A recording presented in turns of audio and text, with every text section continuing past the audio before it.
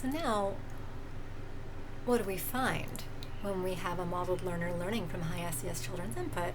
Well, these right here are judgments from a modeled child learning from the same amount of data as High-SES children seem to, with those data having the same composition as High-SES child-directed speech data when it comes to the wh-dependencies, right?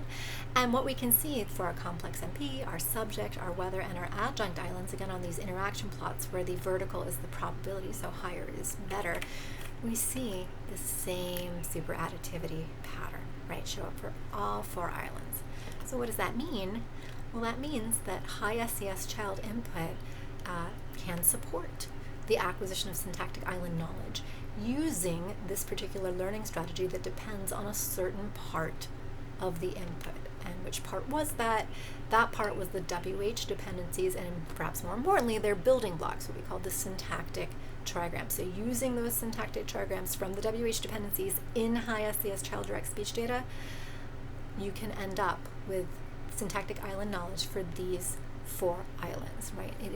That is the quality. It is good enough quality, right, to support this kind of learning out.